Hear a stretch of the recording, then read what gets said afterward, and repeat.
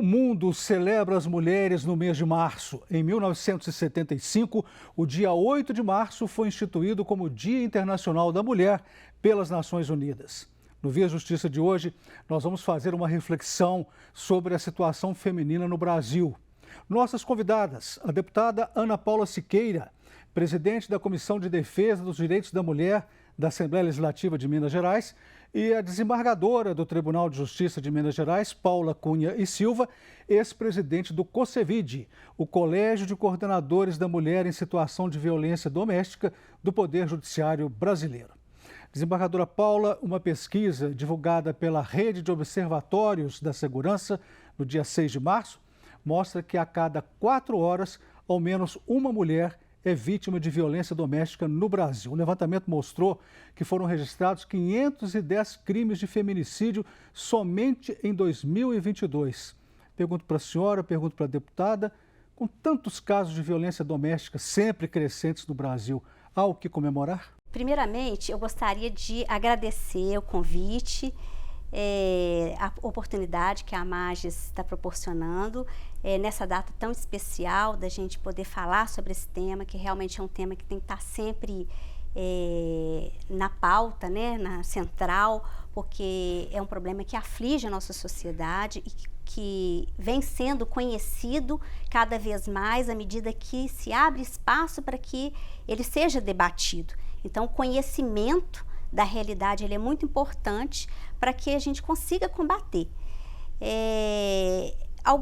Eu creio que só essa oportunidade que estamos tendo de debater e de trazer à lume essa questão, que ela é uma questão que sempre existiu na nossa sociedade. Só que a gente hoje tem mais espaço para que ela seja debatida e nessa medida o olhar dos órgãos instituídos, das instituições, dos poderes, do governo, em trabalhar políticas públicas para o combate a essa situação que a gente está vivenciando, né? É um combate que não é fácil, porque ele decorre de uma situação, né, que é estrutural na nossa sociedade, de uma realidade que ela é tida desde sempre, né, dessa forma, da subjugação da mulher, dos preconceitos em relação a algumas questões da mulher, do papel da mulher que é desenhado pela sociedade. Então, tudo isso proporciona essa violência que é praticada contra a mulher. E, tristemente, a violência, mais da metade da violência contra a mulher, ela é praticada dentro do lar. O Dia Internacional da Mulher de 2023 acontece 48 anos depois de sua instituição pela ONU. Deputada, quase meio século e a situação só se agrava. A luta pela libertação da mulher será sempre lenta assim? Primeiro, Carlos, obrigada pelo convite, estar aqui com vocês novamente no Via Justiça. Quero agradecer ao presidente da Magis, doutor Luiz, pelo convite para estar aqui com vocês, para discutir um assunto que nos aflige muito, né? 48 anos depois da instituição dessa data relevante, né, o Dia Internacional das Mulheres, a gente ainda tem muita luta para fazer e muito o que conquistar. Obviamente, as legislações, né, todas as estruturas, de alguma forma, fizeram movimentos e hoje a gente percebe a presença de mais mulheres no judiciário, mais mulheres na política, mas ainda em número bastante insuficiente ou pouco representativo quando a gente faz uma análise proporcional do que representamos na sociedade. Na política, por exemplo, vamos considerar, nós mulheres somos 52% da população, quase 52% do eleitorado. No entanto, a gente ocupa pouco espaço na Casa Legislativa. Essa legislatura, que tomou posse agora de 1º de fevereiro, é a legislatura que mais elegeu mulheres na história de Minas Gerais. Fomos eleitas 15 deputadas. E mesmo a gente se fortalecendo numericamente dentro da casa, a gente buscando elaborar projetos de leis que visam o fortalecimento das políticas públicas com o olhar para as mulheres, a gente enfrenta ainda falta de recurso público para que as políticas de fato aconteçam, né? Então, o recurso ele não é aplicado para sanar aquela necessidade da população, e a maioria são mulheres. A gente tem uma baixa priorização da pauta dentro da estrutura dos governos, então não são todos os governos que estão ali conectados com a importância que tem fortalecer, gerar bem-estar e dignidade para as mulheres. As oportunidades de trabalho ainda são desiguais. Pensa que no ano de 2023 nós ainda estamos discutindo igualdade salarial para homens e mulheres exercendo a mesma função. Isso é uma realidade, né? Saúde pública para as mulheres. Aquilo que eu coloquei na pergunta, é um processo lento, né? Lento. Saúde pública para as mulheres, dificuldade de acesso. E quando nós estamos falando de mulheres, a gente tem que lembrar, Carlos, e é muito importante, doutora Paula, que nós estamos falando de uma diversidade de perfis, né? Mulheres são muitas, né? Nós não podemos esquecer que das mulheres periféricas, as mulheres quilombolas, as mulheres das zonas rurais, as mulheres deficientes, as mulheres idosas, as mulheres LGBTQIA+, todas essas demandam olhares específicos e a política pública precisa acompanhar isso.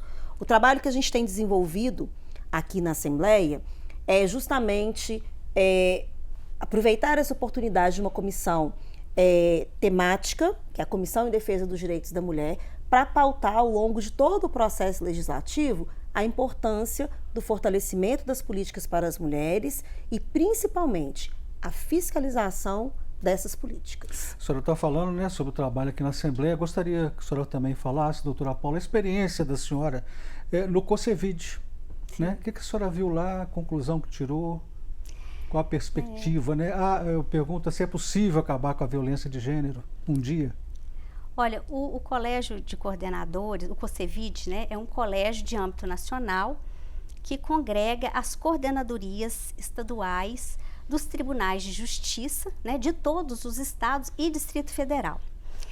Então, ele é um colégio novo, porque ele foi fundado em 2018, mas ele é um colégio eu falo que ele tem uma grande potência, porque ali a gente é capaz de discutir essas questões afetas, né, a violência doméstica contra a mulher e familiar, né, em todos os tribunais, e conseguir congregar ideias, práticas, ações, né, e formar dessa maneira quase que uma voz uníssona que ela reverbera de forma muito mais potente, né, junto ao CNJ, junto aos tribunais superiores, junto aos poderes, né?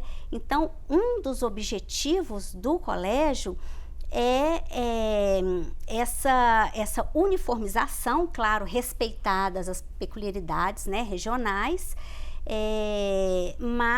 e o aproveitamento e compartilhamento de práticas, né, para que se possa aprimorar uma atuação do Poder Judiciário como um todo, né, e nessa medida também atuar junto aos poderes, levando pleitos que são do Poder Judiciário, né, ali de quem está no dia a dia tratando com essa matéria, né, sente necessidades próprias.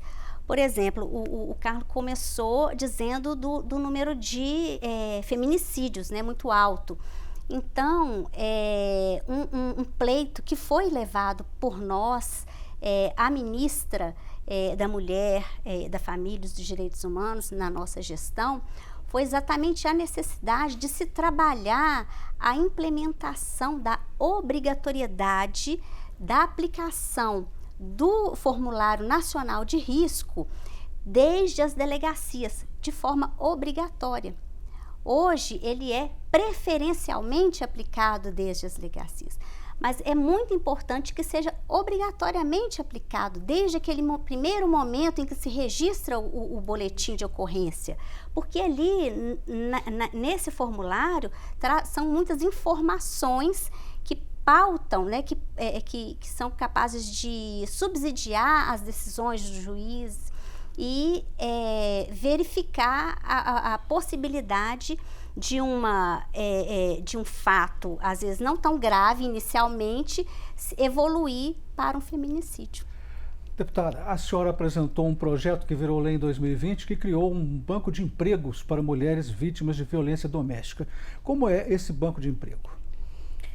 Olha, Carlos, a intenção do Banco de Empregos é colaborar para a independência financeira das mulheres, porque as pesquisas mostram que a maioria das mulheres que estão em situação de violência doméstica e familiar, elas estão dependentes dos seus agressores. Então, elas não têm condição de quebrar o ciclo de violência porque elas não têm para onde ir, elas não têm como se sustentarem, né? Precisam de recursos para cuidar dos filhos. Então, muitas vezes, elas se sujeitam à situação de violência porque ela não tem como se autossustentar. Então, o Banco de Empregos, a ideia é que ele possa atender prioritariamente as mulheres em situação de violência, para que elas tenham uma oportunidade de emprego, para que, com esta oportunidade, ela resgate a sua dignidade, em primeiro momento, depois a sua condição de estar ali, né, no convívio social e ter ainda o seu rendimento para ter condições de resolver as suas questões próprias, e com isso a gente quebra o ciclo de violência. Minas Gerais é o estado que lidera o ranking de feminicídio no Brasil, né, no ano passado. Este ano, nesses primeiros meses, nós já temos resultado de que há um número maior de violência doméstica e familiar contra meninas e mulheres registrados do que nos meses iniciais do ano passado. Então, a gente está vivendo essa crescente. O Banco de Empregos, ele deve atender todas as regiões do nosso estado, priorizando essas mulheres. Obviamente, numa parceria com quem gera emprego. O Estado não gera emprego, né? Então, o Estado precisa se articular com as empresas, com as indústrias, com os espaços, com o comércio, com os espaços que geram essa oportunidade, considerando a qualificação da mulher, considerando a especificidade de trabalho, porque não é qualquer trabalho que acolhe, né, qualquer perfil. Posso te dizer hoje, Carlos, que o programa está rodando no Estado, chama A Vez Delas, o Estado lançou o programa, mas ele ainda é insuficiente, ele não atende as várias regiões do Estado, ele tem uma amostra pequenininha, né? E nessa legislatura agora, um dos meus trabalhos vai ser fiscalizar para que esse banco de emprego de fato aconteça para atender as mulheres que mais precisam. Nós vamos fazer agora um rápido intervalo e voltamos em instantes com o Via Justiça.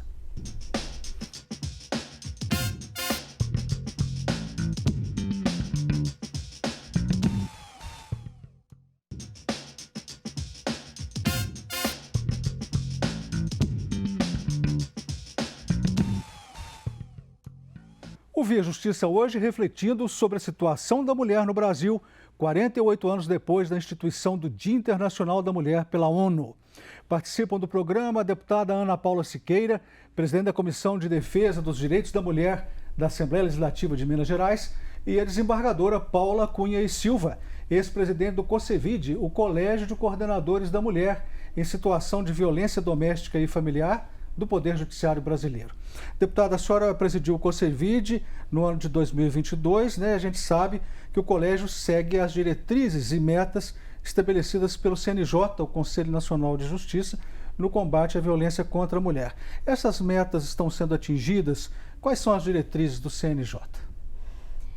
Bem, os objetivos, né, do COSEVID, dentre eles, eu elenco assim, o primeiro deles é trabalhar no aperfeiçoamento da política judiciária de enfrentamento à violência doméstica e familiar.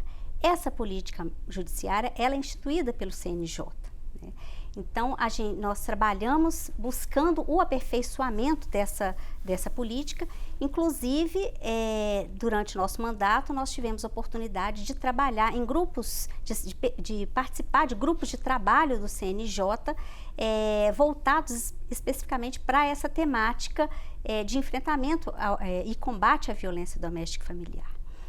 São também objetivos do COSEVID essa integração entre os tribunais, né, entre as coordenadorias, buscando o aperfeiçoamento na atuação, a uniformização na atuação, nas práticas e nos métodos, né, de atuação.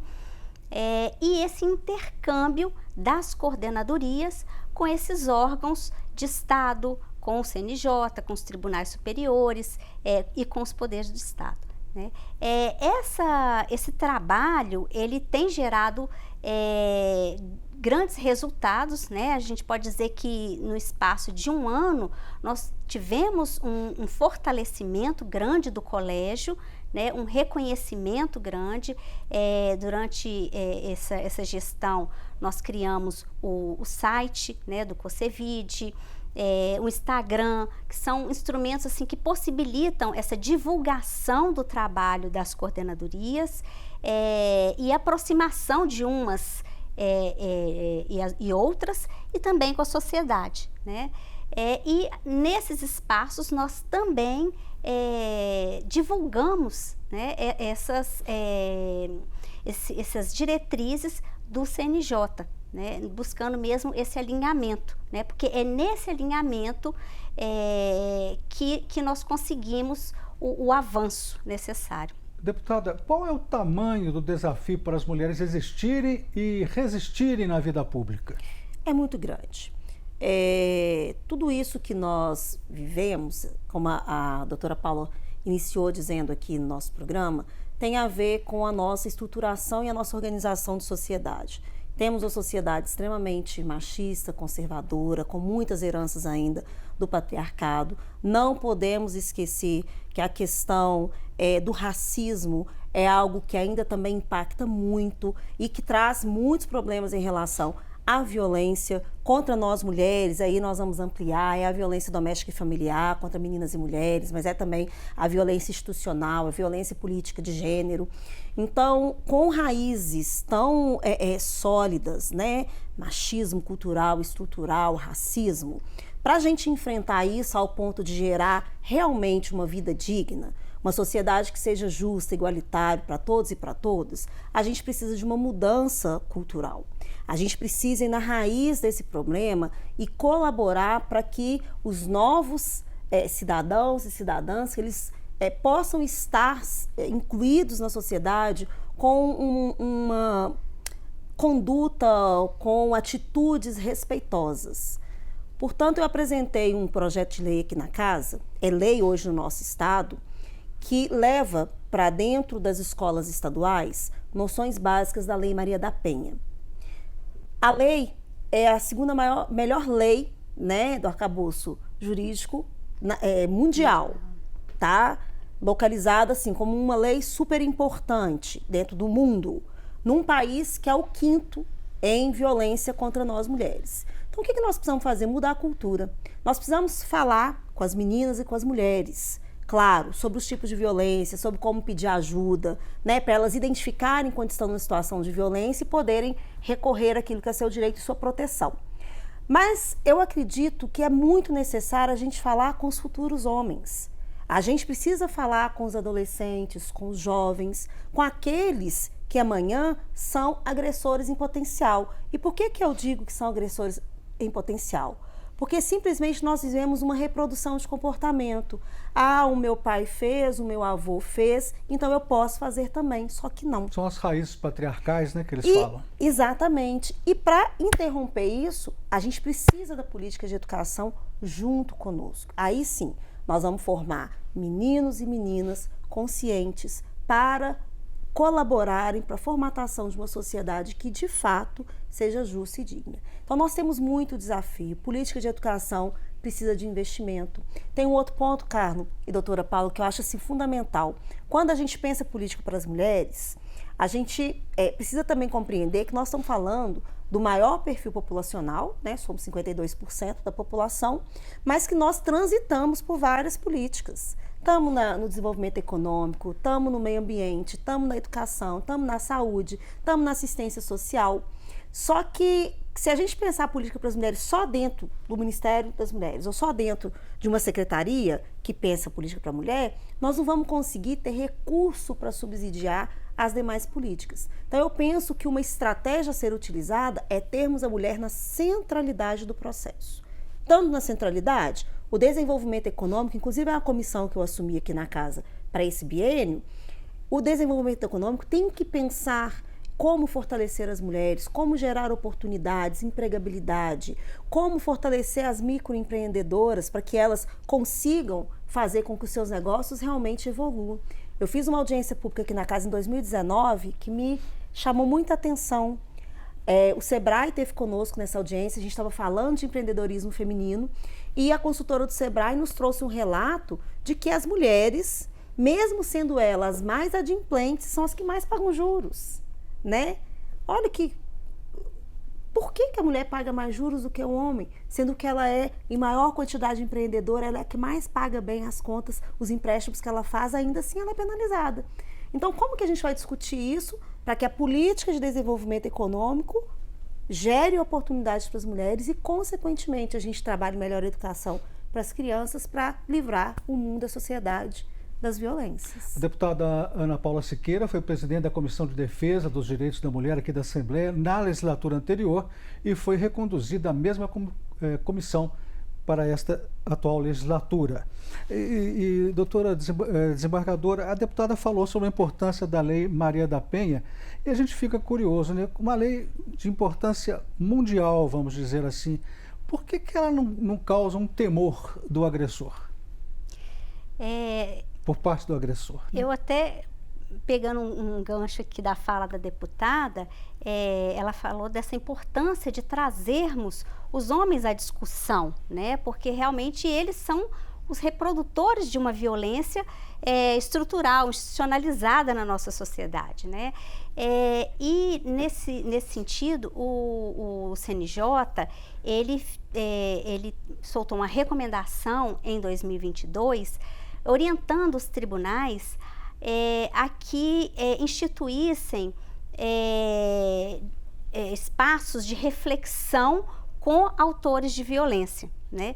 E nessa temática, quer dizer, buscando a concretude dessa recomendação do CNJ, nós, no CONCEVID, fizemos um curso, né?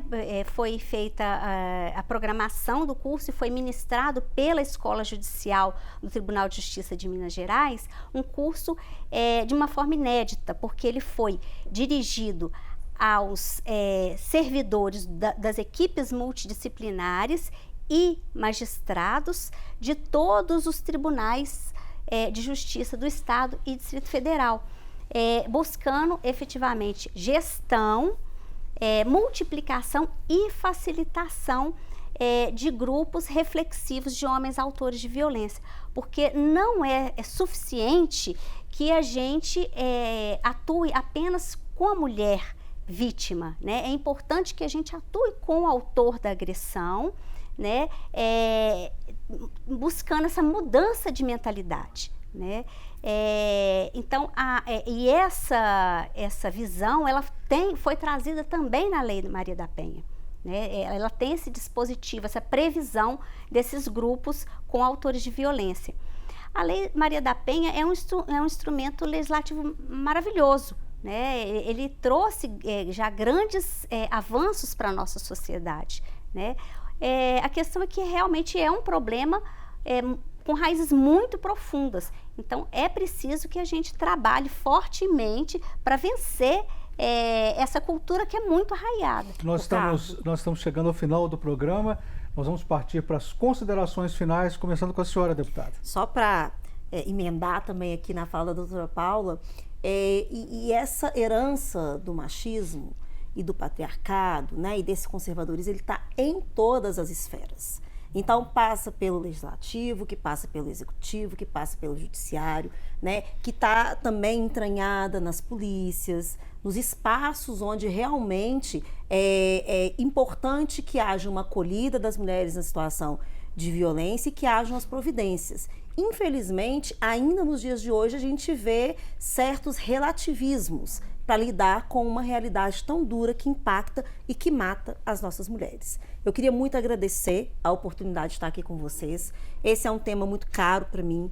Eu espero que ao final dessa legislatura a gente consiga ainda contribuir mais com Minas Gerais. Já deixamos aqui avanços importantes na legislatura passada, né? E seguimos aqui à disposição de todos e de todas. A senhora agora, rapidamente, desembargadora. Primeiro, eu gostaria assim, de dizer da satisfação, né, de estar aqui com a deputada e com o Carlos, agradecer o convite, a oportunidade de debater esse tema, que é muito importante, e nessa data, né, que é muito cara para todas nós mulheres. E creio que seja um momento da gente ter uma reflexão sobre a necessidade de criação de mecanismos sociais, mecanismos para que possibilitem essa igualação entre homens e mulheres, né? Porque hoje há essa desigualdade imposta, né, por uma sociedade que foi construída dessa forma ao longo de muitos anos. Então, eu acho que é claro que as mulheres estão evoluindo, estão crescendo, estão abrindo espaços, mas os estudos mostram que nesse caminhar a gente vai conseguir essa igualação com muitos anos. É necessário que a gente reflita sobre a possibilidade de termos mecanismos artificiais para promover essa igualação de uma forma mais rápida. Né? Então, o espaço da mulher em espaços de poder, em decisões de poder. Muito obrigado às senhoras pelas participações. O Via Justiça de hoje termina aqui. Nós conversamos com a deputada Ana Paula Siqueira, da Assembleia Legislativa de Minas Gerais, e com a desembargadora Paula Cunha e Silva, do Tribunal de Justiça de Minas Gerais. Anote aí nosso e-mail para contato, que é viajustiça@amages.com.br, e nos acompanhe também pelas redes sociais da Amages. Obrigado pela audiência.